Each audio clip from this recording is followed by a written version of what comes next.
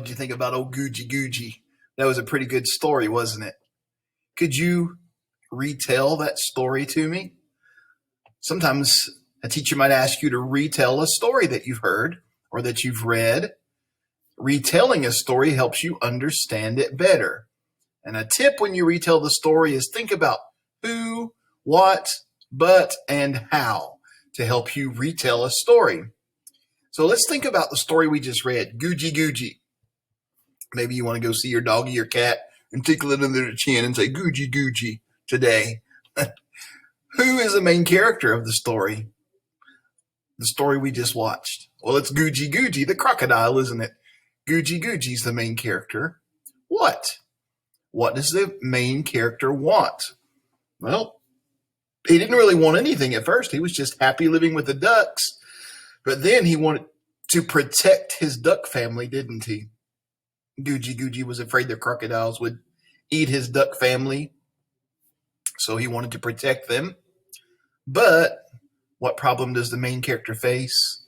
Well, the crocodiles are going to be waiting under the bridge, and they expect the ducks to jump off into their mouths so they can have some big fat duck breakfast that day. How's the problem resolved? Well, Gucci Gucci and the ducks drop big rocks in the crocodile's mouth and break their teeth instead. So that's a retelling of the story. When you tell a retelling, you tell about important characters like Gucci Gucci. You tell about his family. There was Mama Duck. What were there? There was Crayon and there was Zebra and there was. Come on in. It's fine. Come on in. Now I'm back. Miss Williams didn't see my sign on the door that I was recording, so she needed to talk to me. So we were telling about important characters. So it was Gucci Gucci, his duck family, and also the crocodiles. Those are all important characters. The setting, well, it takes place first in a duck's nest, doesn't it? And then by the little creek or river. The events in order. Okay. The egg rolled into the duck nest and hatched. Gucci Gucci grows up as a duck, but then meets some crocodiles who try to trick him to eat his family ducks. But instead, he throws the rocks in their mouth. And then the end, he grows up as a crocoduck. The conflict and resolution. Well, the conflict in this story is Gucci Gucci's meets the crocodiles, and they want to eat the ducks. The resolution, how's that conflict solved? This resolution is different from the resolution that was a vocabulary word last week, not promising to do something, but this means the problem is solved. So think of solution. Well, they drop big old rocks in the crocodile's mouth, don't they, to resolve the conflict? When you're retelling it, you want to use secret words. First, the egg rolls into the nest. Next, Gucci Gucci hatches and grows up as a crocodile. Then he meets the crocodiles. Later, they tell him to bring the ducks to the bridge and drop them off, have them jump in so they can eat them. But instead, he tricks them. Finally, the crocodile's teeth are broken and he lives happily ever after. So you could retell a story using this chart. I hope you like Gucci Gucci. Gucci Gucci is kind of a folk tale. It's a story like the one we're going to read this week. That's why I chose Gucci Gucci. And we're going to read a story about another incredible adventure involving animals called Kibuto the Great. Kibuto the Great. Let me put myself out of the way here. And as always, when we start a new story, we're going to have some vocabulary words that we are not familiar with yet. So let's look at our vocabulary words for this week. Excuse me, beginning with this one. And this word is cautiously. Cautiously. So if you do something cautiously, you do it very carefully. Have you ever seen caution tape or a sign that says caution means be careful? Yeah, cautiously means to do something cautiously.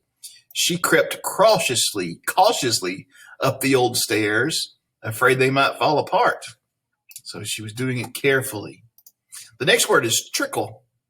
Trickle. A trickle is a small amount, get out of the way, Mr. Hilton, a small amount of slowly flowing water. Sometimes your sink just goes drip, drip, drip. It's just got a trickle of water coming out of it, doesn't it? Just a little bit, slowly coming out. I couldn't sleep because of that trickle of water coming off the roof. Sometimes water trickles off the roof when it rains too, doesn't it? The next word is marveled. Have you ever read Marvel comics? Some of you guys, maybe like the Avengers and things like that. If you marvel at something, you felt surprised or amazed by it. So to be marveled is to be surprised or amazed. I marveled at the sight of the wild horses running through a field. That would be surprising, wouldn't it? And amazing. The next word, I bet you know this word, mighty. Mighty, something that is mighty is strong and powerful. The sea is a mighty force of nature. Then the last one on this page, there's a few more, is distant. Distant. If it's distant, it is far away. Last year, my best friend moved to a distant city. Let's go to the next page. Got 4 more here. And this one is proclaimed. If you proclaim something, you said it in a strong way to show it was important for others to hear. Can you think of a social studies event that kind of sounds like proclaimed? What happened when the kings told them not to cross over the mountains because that was Indian land? What was that called? The Proclamation of 1763. Do you remember that from social studies? Yeah, proclaimed. The king proclaimed, you cannot go across the mountains. Oh, look, this sentence is, the king proclaimed. The king proclaimed that every year there would be a great feast in the town square. So proclaimed, saying it in a strong way to show its importance. Majestic. Something that is majestic is impressive and beautiful. The majestic mountains in the distance were topped with snow. Number 8, that's an odd looking word. Let's sound this one out. Sumptuous. Sumptuous. Say that. Sumptuous. Something that is sumptuous is impressive and expensive looking. It's impressive. You might see a fancy car and say that car was really sumptuous. Or we were treated to a sumptuous meal with 5 courses. It was impressive and expensive looking. And then hoard. Have you ever heard of a hoarder? You ever watch that show, Hoarders, where they get a whole bunch of stuff and keep it in their house? A hoard is a group of valuable things that's usually kept secret and carefully guarded by someone. She checked the safe every day to make sure the hoard of gold was still there. So we'll look for these 9 vocabulary words in our story today. Let's go ahead and meet the author. The author of our story is named Talolwa Molel. Say that, Talolwa Molel. He was born in 1952 in Tanzania. He grew up during a time when oral storytelling was still a part of the culture. What does that mean? What is oral storytelling? It's using your mouth to tell a story. They didn't read it, they still told stories. Later, Mr. Molel studied in Canada. He began thinking about the rich experiences his grandfather revealed through storytelling and was inspired to write the stories. Mr. Molel's The Orphan Boy won the Canadian Governor General's Award in 1990. Since then, he's drawn from his culture's oral tradition in writing many more books. Today, Mr. Molel works with schools, libraries, and arts and education organizations, combining the art of storytelling with theater and musical performances. Sounds like a neat guy. Well, let's find out more about his story. His story, I think I said Kibuto the Great. It's called Kibuto the Mighty. And this type of story, the genre, or what kind of story is it? It's kind of like Googie Googie. It's a folktale, a traditional story that's been passed down orally from one generation to another and includes the beliefs of a culture. Googie Googie's probably not so much of a folktale as this one, but it is a similar story. Authors of folk tales tell the story through the plot or the main events of the story. Folk tales include a lesson learned. What would you say was the lesson learned in Googie Googie? You take care of your family. That would be one, wouldn't it? No matter if you're a little bit different than your family, you still love them and you still take care of them. That would be a good lesson learned. Folk tales might include creatures with special talents. Well, we had that, didn't we? Or animals that speak. We had that and have other human qualities. Do you remember what type of figurative language it is that when we give animals human qualities? It's personification, isn't it? So we're going to read now Kibuto the Mighty. I'm anxious to read this story. This will be the first time I've read it. I'm going to shrink myself down a little bit. Kibuto the Mighty by Taloa M. Molel, illustrated by Christy Frost. What do you notice about the pictures here? I see animals. I see some kind of big bird in a nest, and it looks like he's looking at a little mouse walking there. I wonder if that's Kibuto. Or maybe that's Kibuto. I'm not sure yet. High in the sky, a hawk circled and searched. Then, swift as an arrow, he dropped to the ground. Barely ahead of the hawk's claws, Kibuto darted into a bush. The little mouse who'd never learned to dig burrows hid there with nothing to eat all day. So Kibuto is a mouse? The next morning, before the sun was up or the hawk awoke, Kibuto scurried hungrily across the savannah. That's a desert. He found a fallen boab fruit, but another creature had seen it first, and the delicious seeds were gone. That's when the hungry little mouse, heard the sound of a big rushing river. Cautiously, remember that means carefully, he approached the riverbank and watched the angry waters sweep away huge trees and rocks. Let me get out of the way so you can see the whole picture. How powerful the river is, thought Kibuto, and he had an idea. I am Kibuto the mouse, small and weak, he cried to the river. I wish to make friends with you.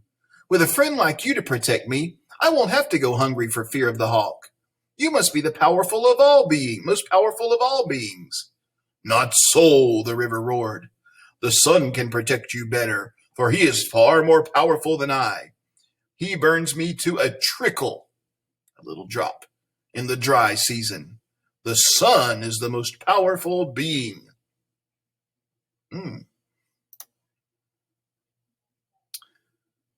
The river wove a beautiful nest of steam, placed Kibuto inside, and gently blew it above the trees and mountains into the soft sunlight. Why, I am bigger than the savannah, Kibuto marveled. Marveled means he was amazed. As the earth below grew smaller and smaller, he felt very pleased with himself. Still, he had never in his life imagined making friends with one as powerful as the sun. I must do my best to impress him, Kibuto decided as he arrived at the sun's home late in the day. Sparks swirled as the weary sun stoked and fanned his dying log fire. Kibuto puffed himself up importantly. I am Kibuto the Mighty, master of the savannah, he announced. I wish to make friends with the most powerful being. I thought it was the river, but no, the river tells me it is you.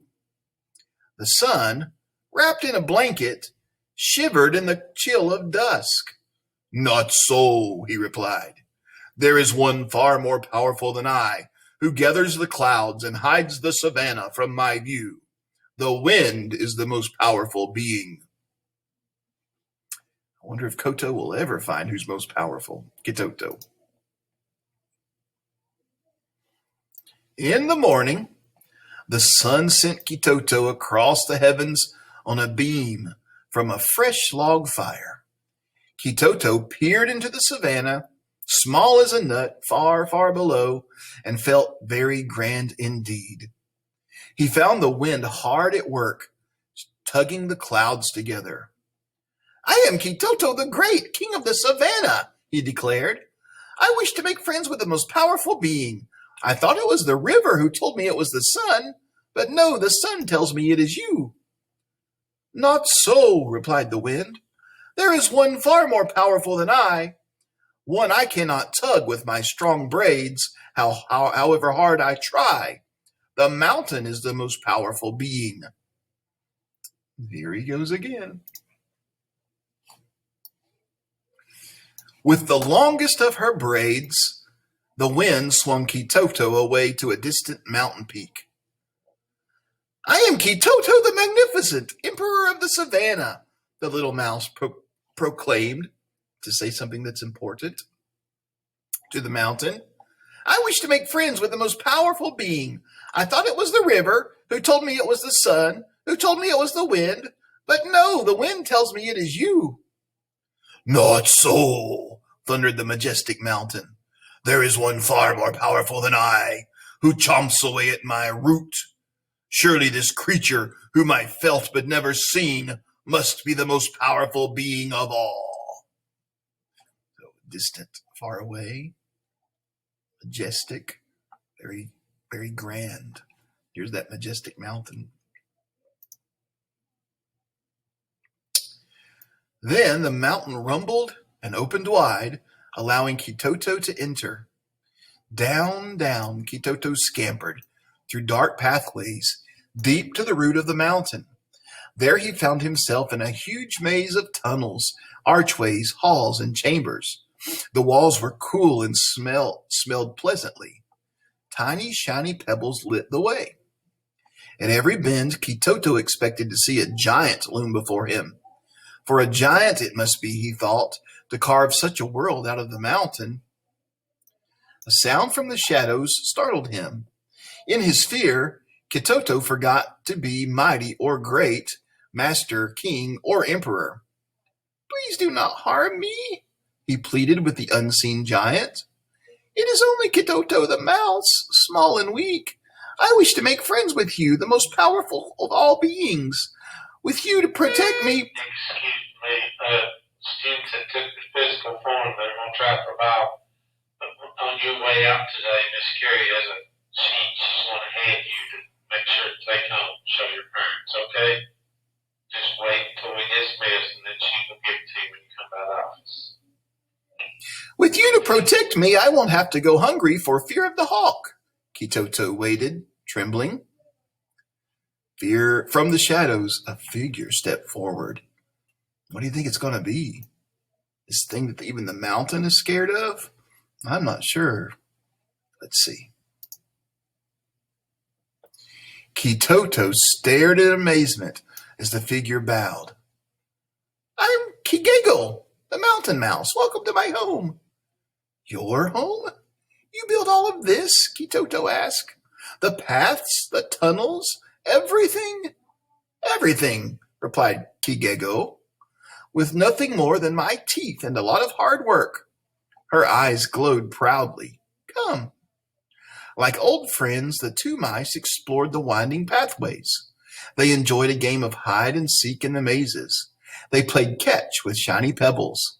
They fell asleep on cushions of soft earth. When they awoke, Kibuto unearthed a sumptuous hoard, a delicious or fancy hoard, a collection of bulbs, tubers, and roots, things that mice might eat. I'll teach you the secrets of the ground, she promised, chuckling. Kibuto chuckled back and said, and I will teach you the secrets of the savannah. High in the sky, a hawk circled and searched. Deep at the root of a mountain, two friends chewed merrily away. And after the hawk had gone to sleep, they ventured out to enjoy the sweet, cool night air. To this very day, few would guess that the mouse is the most powerful being on the big wide savannah. But the rushing river, the weary sun, the tugging wind, even the majestic mountain will tell you this is so. What did you think about that story? Let's talk about it for just a minute. Why was Kibuto seeking the most powerful being? What do you think? Well, He wanted protection from the hawk, didn't he? He wanted to have a friend that would protect him from the hawk. What words does Kitoto use to describe himself when he meets the sun, the wind, and the mountain? And what do you learn about him from these words? Well, he says he's Kitoto the Great, master of the Savannah. So he must feel pretty confident about himself. What do you think Kitoto learns about himself when he meets the powerful being in the mountain? How do you know? Well, he learns he has qualities that probably he didn't even know about because he could dig like that mouse dug. And he met somebody just like him. Okay, I hope you enjoyed that story. I want you to go on to the next slide now on our lesson today, and we're going to get ready for a little bit of spelling now. By the way, this story is in your book, and it starts on page 76 in your reading book. If you'd like to read it again, page 76, and it ends on page 90. All right, time for spelling.